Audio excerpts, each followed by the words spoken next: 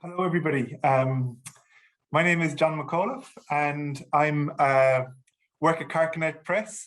I'm really delighted that we are going to be launching Alex Wong's wonderful new book, Shadow and Refrain, tonight.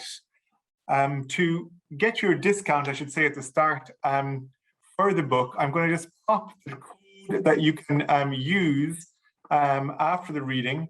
And you can just use this code and click onto it, and you'll be able to pick up Shadow and Refrain over the next couple of weeks. Now, this is Alex's second book, and we're going to be joined tonight by his fellow Carcanet poet, John Clegg, whose own second collection, Holy Toledo, was shortlisted for the Ledbury Forte Prize in 2016. John has also more recently published a selected John Heath Stubbs and is a regular contributor, a much valued contributor to PN Review as well. So we're really delighted that he's here to talk to Alex about his poems tonight. We're also going to be joined by some of Alex's students, current and former, Pippa Wills, Claire Kavanagh, and Anna Ivaskevich, whose name I've just mangled. I'm sorry, Anna. And they're all going to read poems from Shadow and Refrain as well this evening. Now, before I hand over to John, who's going to introduce Alex properly, I'm just going to remind you, and I'm sure many of you will already know this, about how the launch will work. It's going to last for about an hour. Some of you have already found the chat function, but you can see that there at the bottom of your screen. And please tell us where you're watching from tonight.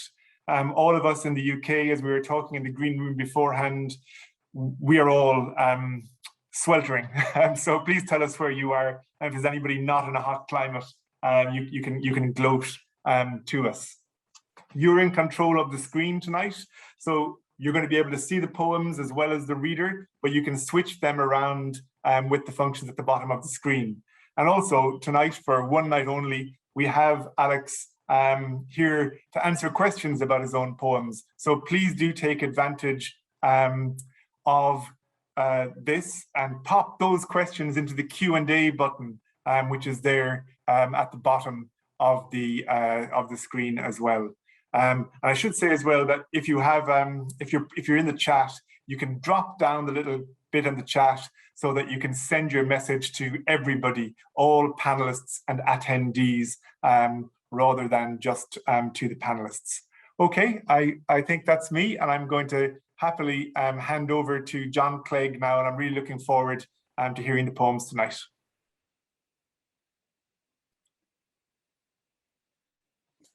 Good evening, everyone. Welcome to the launch, and thank you, John. It's an absolute honour and a privilege to everyone can. I'm on, aren't I? This thing's working. The devil, where am I? Okay. Yes, you're on, John. Thank you very much. Hang on. Oh, there you are. Yes. Thank you very much. Sorry, the screen went momentarily funny. Yes, it's such an honour and a privilege to be Alex's interlocutor for this launch. This is the part of the proceedings where I pay Alex compliments and where I pay the book compliments, and I know he would absolutely hate that. So I'm going to keep it as brief as possible so we can get over to the readings. I wrote Alex a fan letter donkeys years ago in 2014, 2015, on the basis of some absolutely wonderful critical pieces that he'd written for Fortnightly Review. That was before I'd read any of his poems. Those critical pieces, they just blew me away. He's an astoundingly talented critic, an astoundingly talented teacher. And when I got round to reading his poems in New Poetry 7, and later in Poems Without Irony in 2016, I was blown away all over again. They seem to me like nothing else in contemporary poetry. They have an abstract quality about them that reminds me of W.S. Graham, but where Graham uses short, interconnected hammer blows, Alex draws out the sentence and draws out the syntax. They're astoundingly involved. W.S. Graham crossed with Henry James is the best way I can think of describing him to somebody who hadn't read him. And they just come off perfectly again and again. He's also, I should mention, the editor of the selected essays of Walter Pater and the selected verse of Swinburne. Every home should have them all. Marvelous volumes. And yes, Shadow and Refrain is a continuation of poems without irony. In some ways, it's a departure from it. It's the elements of translation that were in Poems Without Irony have been extended. There's what I hope we'll get to talk about a bit later. One final, very long translation of Ausonius's long Latin poem, the Moselle. But it draws on themes and motifs that from the first book, and it draws and develops them. It's very much an extension as well as a continuation. Without further ado, I'd like to invite Alex to begin the readings. And yes, as John mentioned, then there'll be several readers, including Alex's current and former students. So Alex, welcome and thank you. Hello, am I audible? John? I think so. Yes. Thanks everyone for coming. I'm very nervous about this. I don't like doing this sort of thing. I don't do it very often. I apologize for being windswept. I've got a desk fan here, which I hope won't interfere too much with the sound. And I'm very glad that I've got various people volunteering to help with the reading, so I don't have to do it all myself. Also, I'm drinking sherry, so if I have misjudged the quantity, I may start introducing more elisions than I actually intended when I wrote the poems. But if I get it wrong, I'll just try and do it again. I'll just go straight into it with the first poem from the book. I can see Nell Prince is in the audience, so this is for her because she likes the word discarnate, which is a very pretentious word for me to use, but I think I probably got it from Thomas Hardy. As though to an old friend, one. I'll turn the fan off. Given to confidence by some chance recollection, as though you were not the stranger you would have come to be, I return at times to the feeling I could reach you, turning by a quick remark or legible expression, without the calculating hesitancy owed to you now. To think of the remote, discarnate citadel of Machu Picchu, prosaically replete with human life, supplied with water sprung from somewhere, plenty of food and what the merchants brought to market by now lost bridges, steps over terraces hunching up to the rampart's side, by routes that only scholarship now can plot, tracing remains that do not quite belong, which call for explanations, dim conjectures. It is easier than to think of our association, outlying now, but once, come tell me if I'm wrong, filled with a surplus of paired energies. As other than the far secluded fortification, the inaccessible thing it seems, among the insignificant hills, when habit wakes to an active memory's hacking at dark trees. Where are the roads that then joined to our territory the rest of the world? Beneath, far down, a river's snake changes its skin continually, bent near, but passing, never touching, and in no evident hurry. Are they choked only by time or barred by mistake, those old ways in from, out to other life, that might lead even by devious ways to here? Though crumbling now, the walls are ever more fast secured. Lethargic tangles mask the entries. I have no knife serviceable. I am, like you, displaced. and I scan the panoramas captured from onboard drones that my skeptical memory must contrive. And there it is, imperviously immured, unnecessarily in a romantic waste.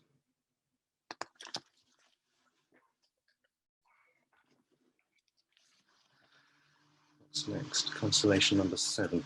So the next poem is numbered 7. This is because it continues a series, not a sequence, but a series that started in my last book. There are 6 constellations, like Liszt's 6 constellations.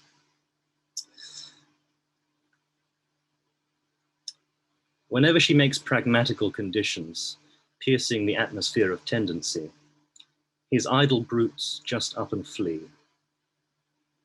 Like children with nice principles when another, a wild one, draws the phallic part and wants to explain what it is and give exciting report on that whole activity.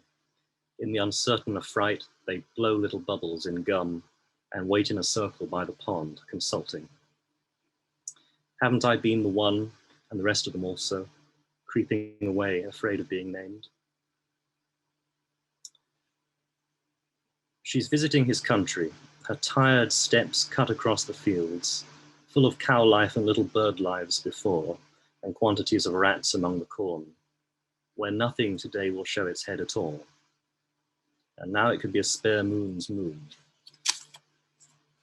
Still, she can recognize familiar May daubing along the limits, plots a plan of the road by its various signs, where trees allow tracing, and the river that runs too easily its settled course, and shines in measured curves.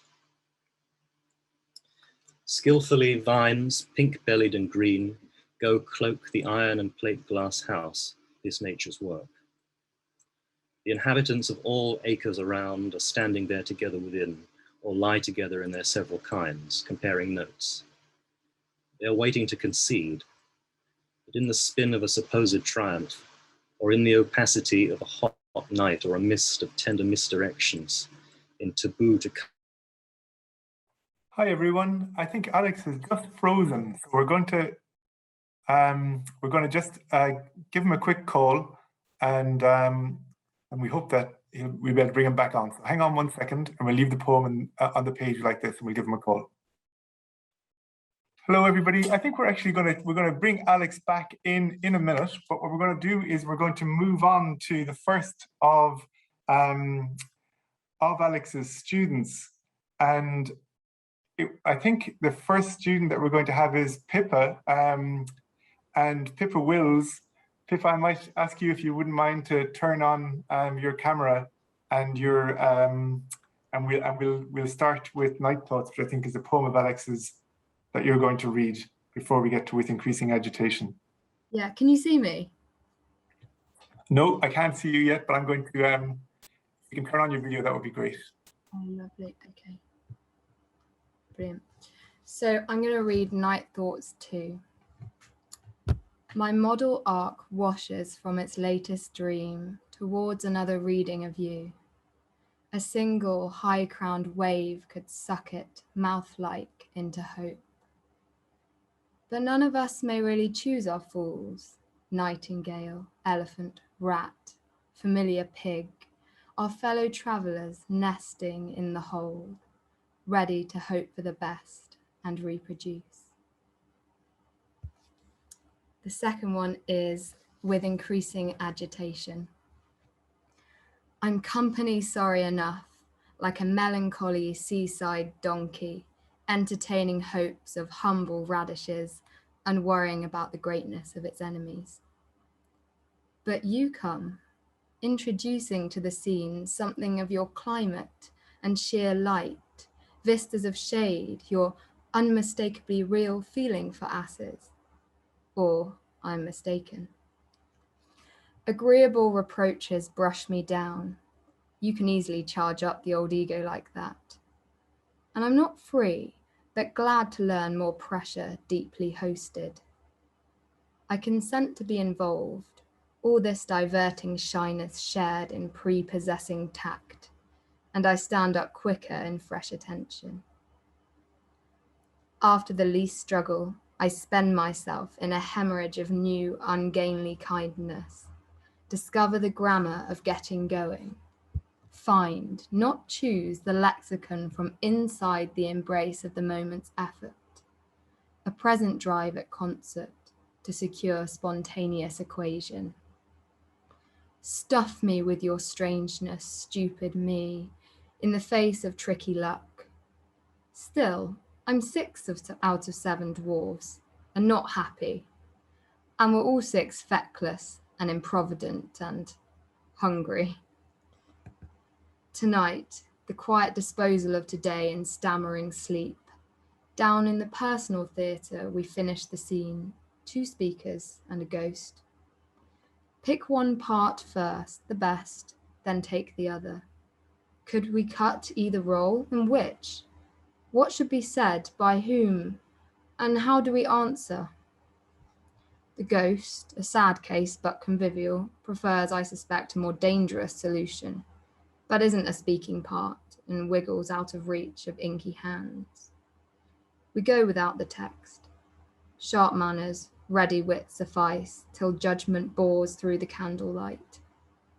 So I forget myself and talk and talk. The boisterous speculations come out hard, impatient for expression. The words have never stopped resisting, but the sense is little impaired for that. It was artless prattle. Artless prattle. In the grateful night where conversation clambered, you, I think, misunderstood me right. Am I to recognize some intimated tilting in this strange knowing with respect to the possible, finding the appeal of purpose obvious in the unsevere reserve? I bit the problem hard. Our favourite words using us with dubious expertise as though they owned the whole enormous subtext. And they do. A brilliant column slants down so you catch colour, wearing ideas that are new to one of us.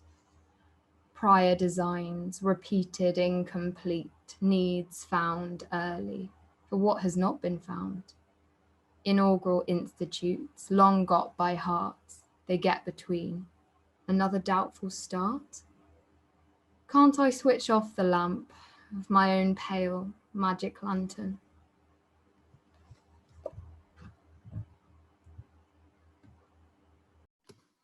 Hello, howdy. Glad you managed to entertain yourselves in my absence. This is the St. John's College, Cambridge internet cutting out. What are we doing now, Becky? Shall I go back and finish that one? Okay, that's a yes. So, all right. Well, look, I'll do it from the beginning. It might take us a bit longer, but I'll do it from the beginning. Whenever she makes pragmatical conditions, piercing the atmosphere of tendency, his idle brutes just up and flee, like children with nice principles when another, a wild one, draws the phallic part and wants to explain what it is and give exciting report on that whole activity. In the uncertain affright, they blow little bubbles in gum and wait in a circle by the pond, consulting. Haven't I been the one and all the rest of them also, creeping away, afraid of being named? She's visiting his country, her tired steps cut across the fields, full of cow life and little bird lives before, and quantities of rats among the corn, where nothing today will show its head at all. And now it could be a spare moon's moon. Still she can recognize familiar May daubing along the limits, plots a plan of the road by its various signs where trees allow tracing, and the river that runs too easily its settled course and shines in measured curves. Skillfully vines pink-bellied and green go cloak the iron and plate glass house, this nature's work. The inhabitants of all acres around are standing there together within, or lie together in their several kinds, comparing notes. They're waiting to concede, but in the spin of a supposed triumph, or in the opacity of a hot night or a mist of tender misdirections, in taboo to cover that concession, or confess and turn it to a jest. Would it provoke them out of that dead rule to imagine, feel how they might please again the benevolent persecutor, free, the one that never lost the good the way.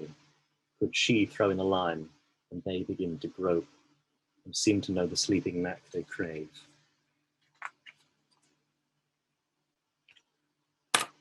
Kept up the panic for a little while. Too much commitment, moody hair playing up constantly. To be obtuse is gratifying at best, not satisfying.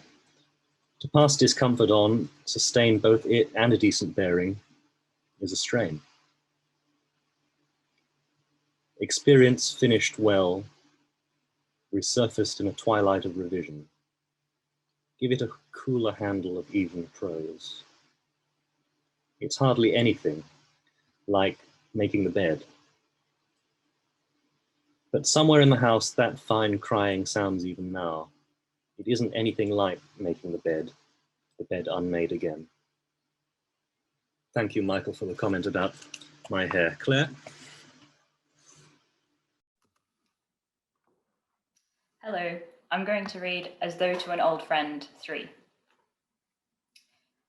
Could you, the not understood, could even you, not the remains upset again for me, restored, it seems, to an old accustomed role, with the now remembered threat of incipiency at every word, but the unencountered you return to me, and I to you in alarming prose. Could I send you out of the teeming traffic, and would you go to the rambling house in the wayless hinterland, where there is no conduct, there is no enterprise, only their images?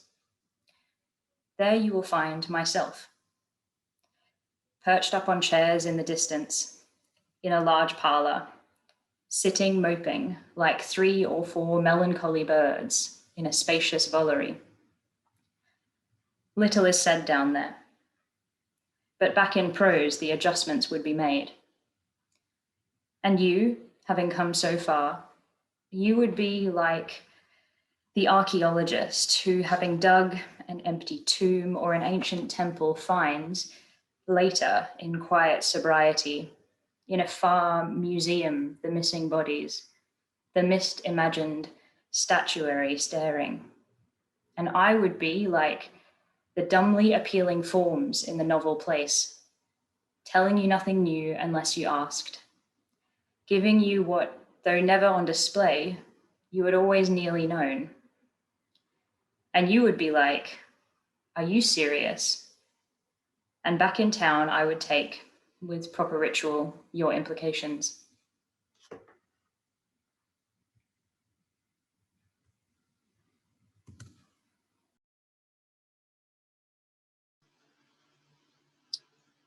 Okay, me again. So these are 2 poems. The first one quite difficult to read, but I'll give it a go. 2 poems about escalators. Had you, as just as well you might have, taken the stairs and not the escalator out of service, you would have missed this strange banal surprise. The dead sensation in the join of the standing step and the foot, the small jar of adjusting balance, stalling speed, buoyancy lost when, gliding over the edge of the plate, you mount the first shallow, irregular steps, surprised by your own flat-footedness. After a time, an old significant presence happens to be present again. Neither mistakes the measure, both peruse the auspices, and nonetheless, among the new mundane accommodations furnished each for each, the moral jetons both dispense in meeting, none of any external worth. Some lifting force they don't expect is missed, which neither will discuss. Once I had thought, later I've imagined, that with you, backward aversion could ever assemble anew what had been left, not lost, and that the same dispelling candor, flattering liberty, would do again what old experience makes one feel it ought. Don't give me that. I've known you a long time. The kind of line that seemed to always be available. Second poem on escalators. This one perhaps a bit more about escalators. The cuboids fall clean on the beat away, betraying at their fall the slight curvature on their bearing upright sides into a middle span where the travelling chain looks stationary, till every step succumbs at the levelling out, distinguishes, and files neatly down to an even plane, now fed to a landing plate, its limit of steel teeth. A suave lustre is falling soft and weightless, banded on the scuffed ridges of each travelling tread. Just there, and it seemed then more than ever, it would have given a certain pleasure to run a furled umbrella's spindle across them lightly, as you would run a comb along your lips with an absent mind.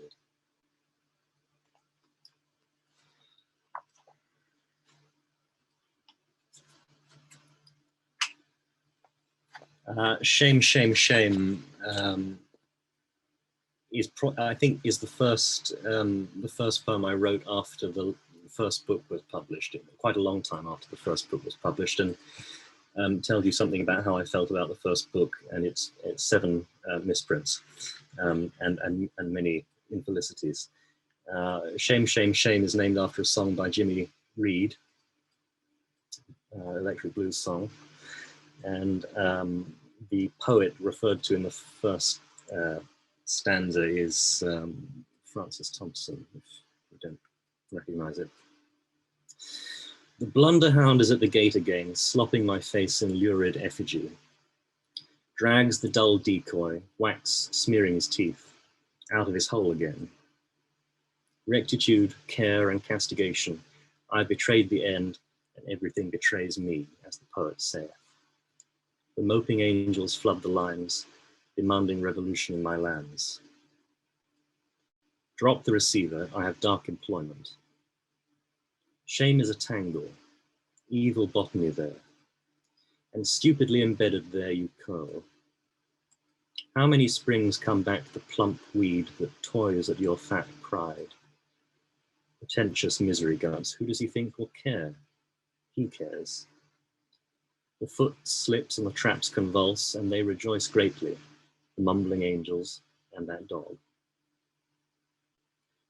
The crimes are murmuring ferns in crevices.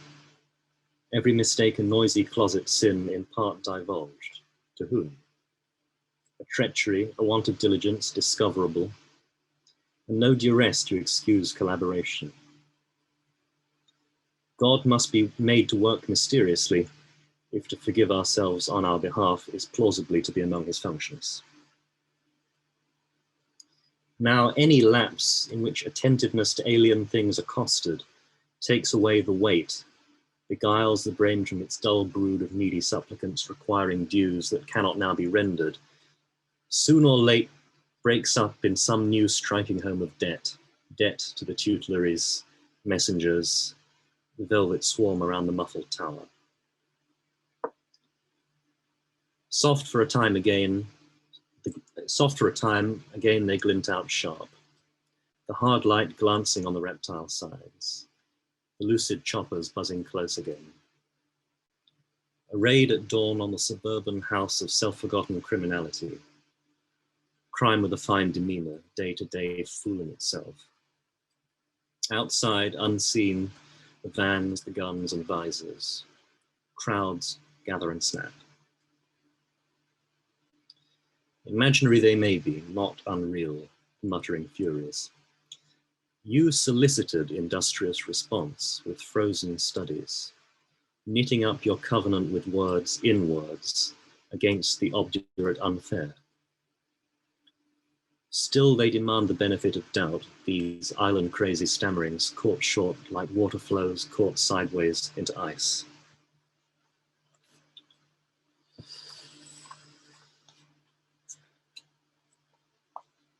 Two more short ones.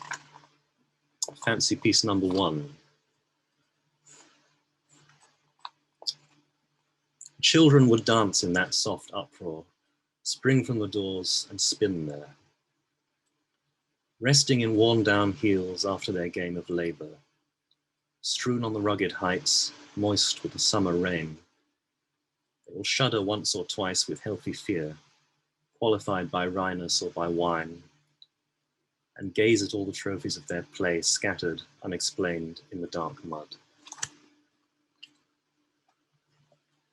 And a tiny one, Micro Adjustment, one of a series of adjustments, poems called Adjustment in the book.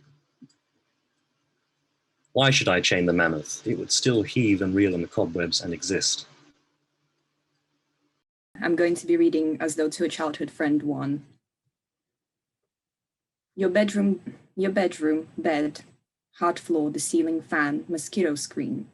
Also, you like to obtain often or do without the special permission that let us lounge watching the television with a packet of crackers in your parents', later your mother's, enormous bed with its less familiar clothes resisting under the skin in the sticky heat. And mine, my own room at home, old room, redundant bunk bed's metal poles, painted glossy blue and cheaping under the grip, hot air balloons on the covers. We broke out that one most rancorous fight one night in the lower bunk, a discord over rights to a teddy large as we were then, nearly. It was owner versus guest, apparently. Tearful dispute, you reached a limit, and you wailed. In the dead of night, your mother had to be called, summoned, all up the twisting bluff-side ways to get you, take you home in a blaze of righteous rage. Morning, the telephone, taken at last, as far as the curling cord would lengthen out of earshot in a corner. Watching the ants on the peeling paint, very sorry. So often there lurked a third, cynic or blank, less blank than a bear, more cynical. I think of an afternoon with cookies and warm milk under your desk with your friend who never liked me, jealous playmate who complained and was returned a non-committal, nonetheless touching endorsement, overheard from the bathroom or in my roaming outside the windows. And that other, on the floor one night, we two in your small bed together, watcher who put too worldly a gloss on our tentative closeness. Was our contact subtler then, above her head, or the more a performance? I think both. I never met her again, but how often still I wonder, has she been the sharp, unseen watcher? There are seasons when my dreams return to recreate you, seeing you not as you were then, tomboy of 10, voluminous t-shirts borrowed from your father, vasty glasses, bottle base wide and thick, wide-eyed, and the grace of not much caring, going with feeling. There was an easy wideness I've been outside ever since. Though it's there in a vestige then, when I see you not as I knew you ever once before, not as you must, but as you might be now, and wouldn't be, to whom all this. The night before your wedding, we walk in the dark. You feel uncertain, I give no advice. By the side of a lake with something understood, you disappear. They all ask, but I tell them nothing.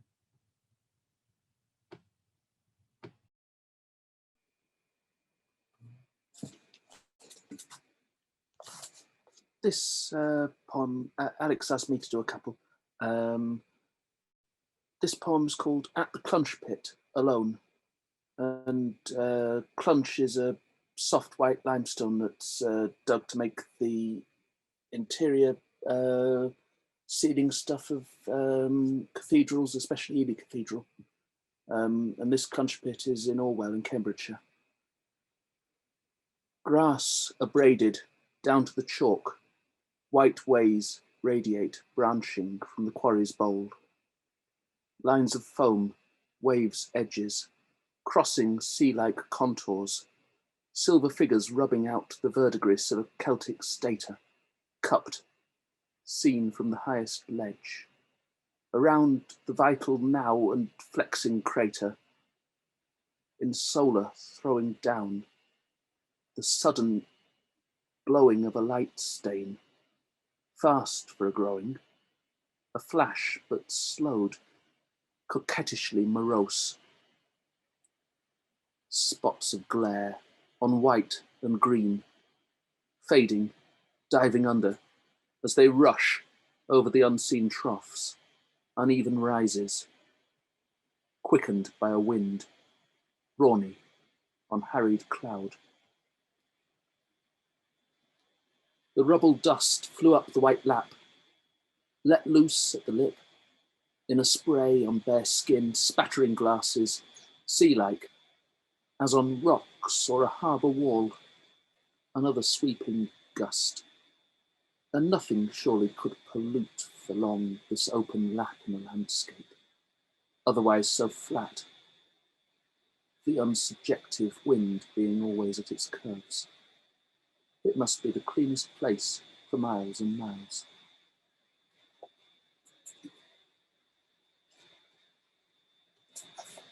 Song of my peas. My peas are coming up roses, but I really felt like peas. There's a goose in a tin of its own fat in the cellar, in dark congealment, waiting for those peas. My peas are coming up roses, only roses. I suppose I'm getting used to it by degrees. Roses are pleasing. It is their season. But now a pod of peas would please me more. My peas are coming up roses. Son of a whore. I knelt in the dirt, in the rain, and I planted peas.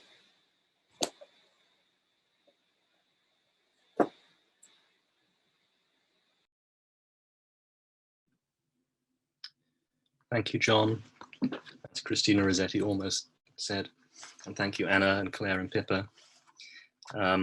These are the last ones. There's a long one and a relatively short one, which are consecutive in the book. Still Life with Mirrors. I'll hide your vestige in the suggestive volumes of any Bo-Peep mirror, though I know that any stowaway closed in there stays only as though a drifting pitcher, slowly adrift with no more blood than blithe white china. And if in cleanly ice there is any retention of ripples, from the outside this is only to be guessed. Indefinite marches without line or lord, long as the longer side of a dreamer's life, the region of limit shall be dressed with all the typical strewings, sacrifice of all embarrassing troubles, dark Danegeld. The borderlands loosen out large and glare capacious when a peering face comes near, coupled, covert behind itself to spy slyly around those corners of its own, obstructed by this recollected self, once in your living way. Once we broke music as bread, my letters outdo each other. I miss the misspelt messages of met looks. Abroad there's divination nonetheless, by force or art. Remembered emissaries, those paper aeroplanes into the void, relay belated maydays, are enough, like any glister of you, just slow my pace at the instant, drag the feet. Expressions, yours, too little understood, return uncalled with the stirring of their centers from a rich laid tomb newly unsealed, and spring untraveled roads of open country. Every one declines dead short upon a point. What effort may be virtuously spent to still the virtue from a choice distortion? Or how drain off the latter-day mystique and not the godhead which the overpassing rag of dawn would have us satirize? What if I read false dreams to independent life? This is my purest material, conveyed with so or so much derision, such as I add to need or part unable just to hold. Could I hide you in the dissembling mirror, any and all to be always out of sight, kept in the lively vanity, mock shadows draping and muffling all the less forward edges there in that answering shade?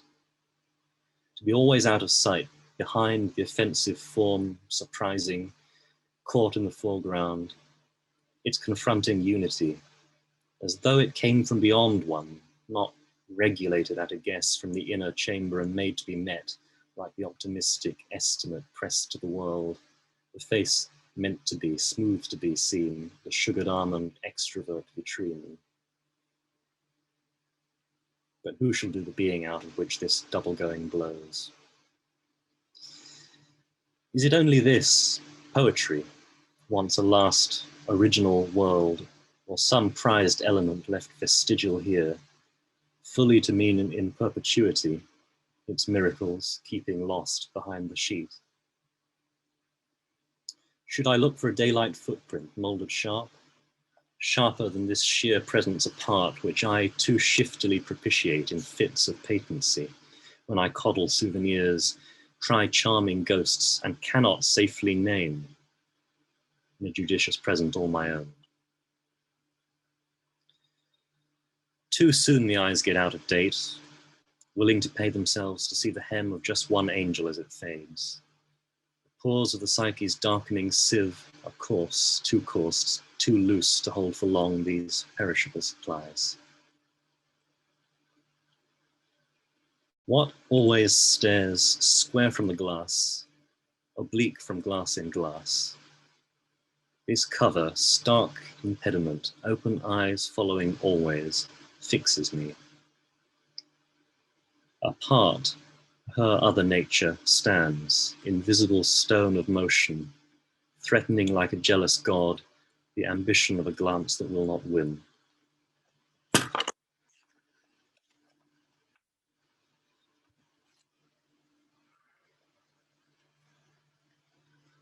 Ivy walls.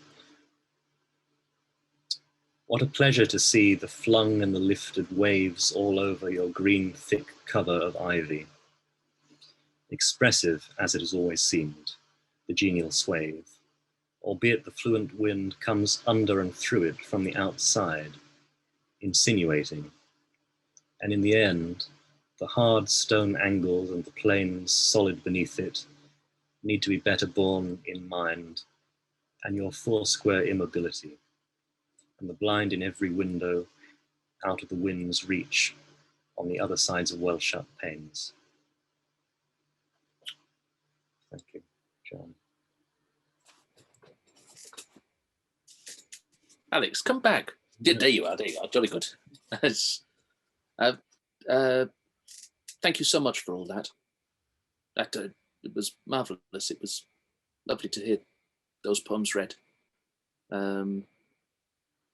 I'll intersperse my own inane questions with lively ones off the chat. But when you were introducing the Constellation poem, you mentioned a distinction between series and sequence. And the only sort of working distinction I could think of for that was that in a sequence, poems are meant to be read in dialogue with one another. And I wonder, how do you think the poems in the book should be? Do the poems talk to each other, or is the best way to read the book to read one poem at a time and then to forget about it? I think they is it each other. It's in the book is in two sections, and the rationale for that is never explained. But I think the way I thought of it was that the first half of the book is more about people and about relating to people and remembering people, and the second half of the book is more about aesthetic experiences and poetry and looking at things rather than people, but people keep coming back into it, and of course, and I didn't know where to put the escalator poems, for example. One of them is really about relationships, and the other one is really about escalators until the last line, but I thought they belong together. As for the sequence series distinction, this actually is something that comes from Michael Schmidt, who's listening invisibly. Yeah, and I think down to the Donald Davy essay. Yeah. Okay. So yes. So it comes from Donald Davy via Michael, and therefore Michael really ought to be the person to explain it, because I can't. But I think it's a question of a sequence has to be read in order and has to be taken as a unit, like Astrophil and Stella has to be taken as a unit and read in order. There's a sort of progression there. Whereas a series doesn't have to be taken in order necessarily, and doesn't necessarily have progression. I'm thinking of Swinburne's Poems and Ballads first series, second series, and third series, which are just entire books of poems, or Matthew Arnold's Essays in Criticism first series, second series. It's a unit of clumping things together rather than putting things in order. That sounds Question. That makes sense. A sort of aggregation. I'm all for that. A question from Claire. She says, well, the first question I can answer. She says, are panelists allowed to ask questions? And the answer is yes. And the second question is, if so, lots of poems in this and the first collection, Poems Without Irony, are really funny. Can you talk a bit about humour and the way humour works in your poetry? What a hellish question! How can anyone talk about that? Well, I'm glad Claire can see the humour in the books. I don't know how much I can say about it, except that some of my favourite writers are humorous writers who are at the same time dead serious, not solemn but serious. Charles Lamb, George Meredith, people like that, and it's just part of the way I write and the way I read. It's also to do with being the kind of person for whom oversharing is always a danger, but only on the condition that it's done with enough protective irony and silliness. I don't know if that satisfies. A question from Michael S.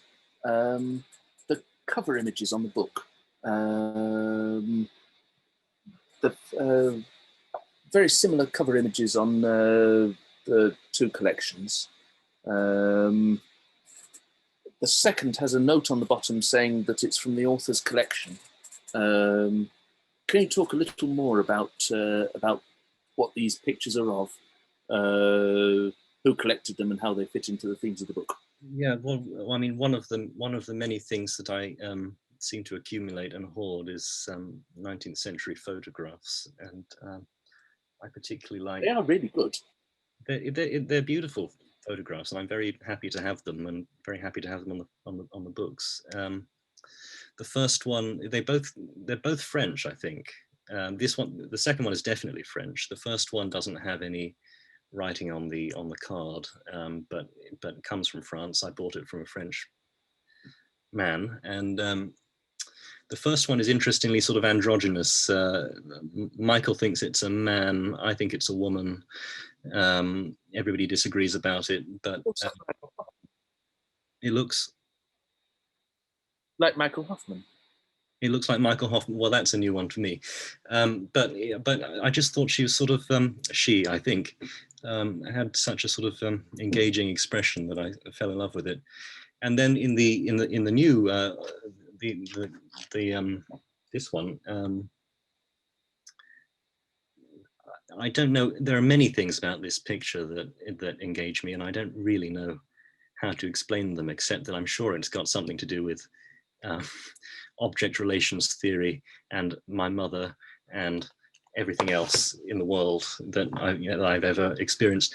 And I don't know what she's got in that bag that she's distributing. I mean, I'm sure it's something interesting. I don't know whether she's his mother or his sister or just another member of the same troupe, but it's for some reason it's a very suggestive and powerful image for me. Can I vote for flower petals? I was thinking about this earlier.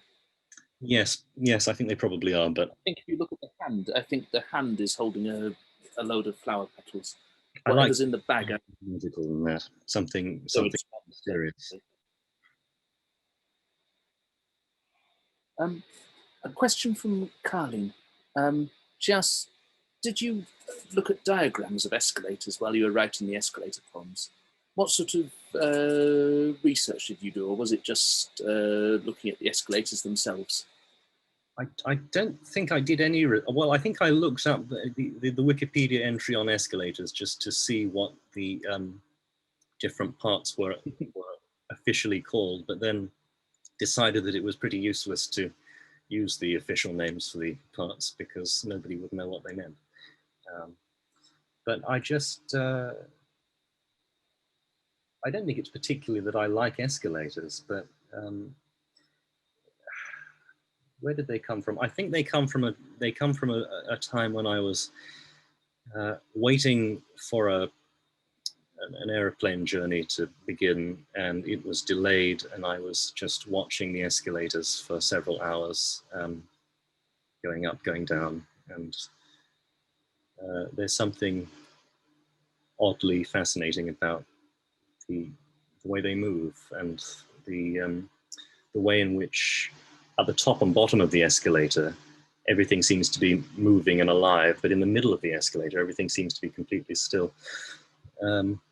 And so that's the origin of the second poem, and the first poem is about those moments when you are coming up towards an escalator and you can see that it's not working. You're going to have to climb it using your own muscle, but nevertheless, some part of your mind must expect it to be working as an escalator, because as soon as you step onto it, you feel there's something wrong. It's different from stepping onto a flight of stairs. You feel it ought to be moving somehow, and there's a kind of a dead feeling as you get onto it and you realize you have to propel yourself. I don't know if other people have that feeling. And it does sort of move. You go up it faster than you go up a regular flight of stairs. Not if it's completely broken. Yeah. I swear you're sort of propelled along by the expectation that it will be. Oh, well, I think this shows a difference in our characters, John. I always feel particularly impeded and sluggish on an escalator that doesn't work when I half expect it to. I feel I go storming along up dead escalators. Well, you're a glass half full person, John. Oh, but it's kind of you to say. Thank you. Look, I wanted to ask you about the composition processes, because I read this fascinating interview with the John's College magazine, where you talked about how a lot of these poems had their roots in, or at least had their origin. The first work of it was cut-up stuff. And I knew from some of the stuff in Poems Without Irony that that was one of the ways he worked, but it sounded, for poems that I couldn't believe had begun in as cut-ups, just going through sources, cutting out pieces and sticking them together and then altering them. Can you talk a bit more about that technique and how it informs your work? Well, it's just one way that I have of trying to get around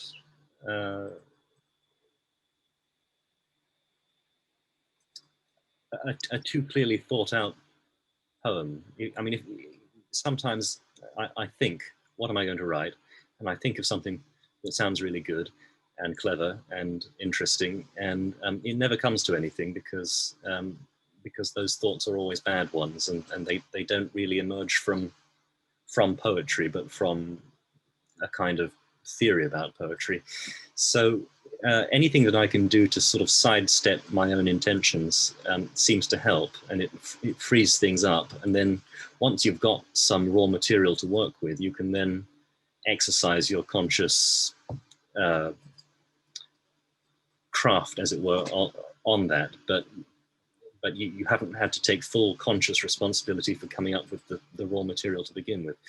So cut-ups is one way of doing this, one out of lots of ways, but it's one that I've used a lot because it just seems to work in a miraculous way, especially if you use texts. You take a text or several texts which are significant to you in some way, a diary entry or a letter or an email, a poem that didn't work from before, or I just use bits of photocopied literary texts that are lying around my office because I use them for teaching.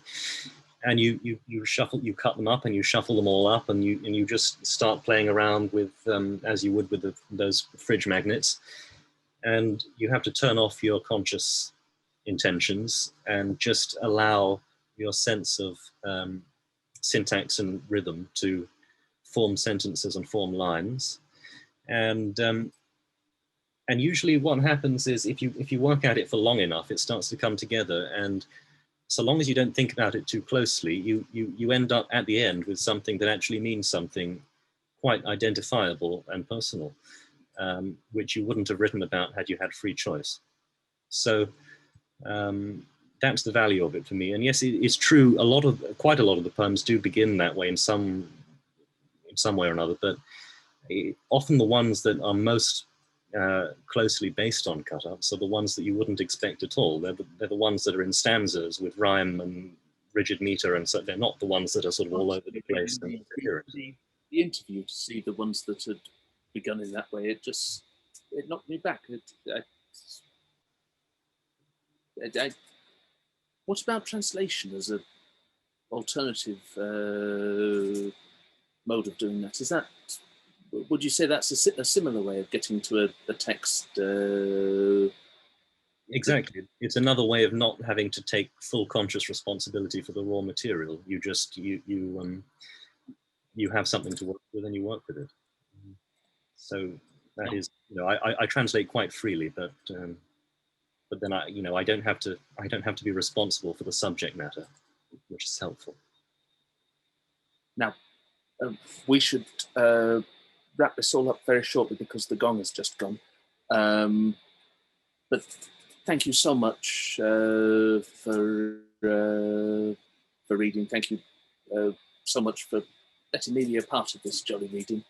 And here is the book, and I commend it to everybody watching, and I invite you to buy it with a discount code.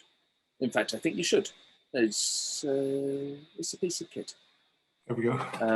Thanks very much, John, for chairing tonight. And Alex, what a fascinating discussion, and how good to hear the poems as well. Thanks everybody for your questions. And thanks to the other readers, to Pippa and Claire and Anna as well. It's great to hear the poems in somebody else's mouth. And John, of course, as well, for reading tonight too. I'm just going to finish up. I'm going to pop that code into the chat again. And maybe you'll be in a position to read through the book and identify which of the poems come from cut-ups and what kind of cut-ups they come from as well. Next week, we have Gregory Woods, who's going to be talking about his new book with Richard Scott, which should be another really interesting night. So I hope we'll see some of you next Wednesday night, and you can pick up the tickets for that on the Carcanet website as usual. But for now, thanks for coming. I hope you're all going to be able to get out into a slightly cooler night than the one we left when we came in here. And thanks again, Alex and John.